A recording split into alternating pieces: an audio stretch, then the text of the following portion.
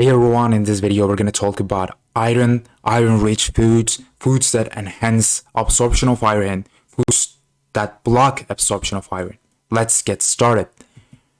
Iron is important in making red blood cells, which carry oxygen around the body. A lack of iron can lead to iron deficiency anemia. It's the most common nutritional deficiency worldwide, causing extreme fatigue and lightheadedness.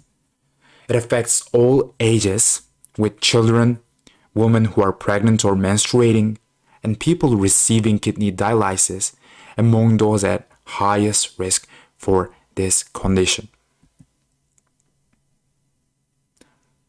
And symptoms include weakness and fatigue, gastrointestinal problems,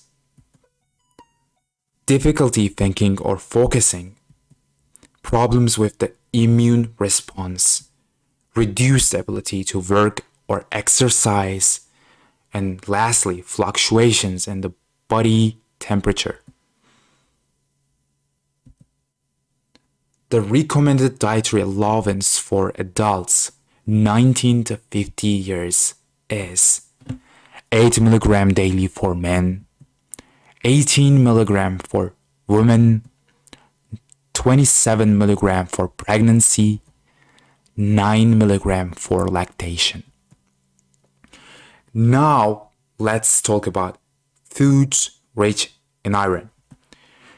Red meat, pork, and poultry, seafood, beans, dark green leafy vegetables such as spinach, dried fruit such as raisins and apricots, iron fortified cereals, breads, and pastas, peas, and also pistachios, pumpkin seeds, sesame seeds, flax seeds, almonds. Let's talk about the types of iron. We have two main types of iron, and those are heme and non-heme iron. Heme iron is better absorbed by the body and is most commonly found in liver, meat, poultry, and seafood.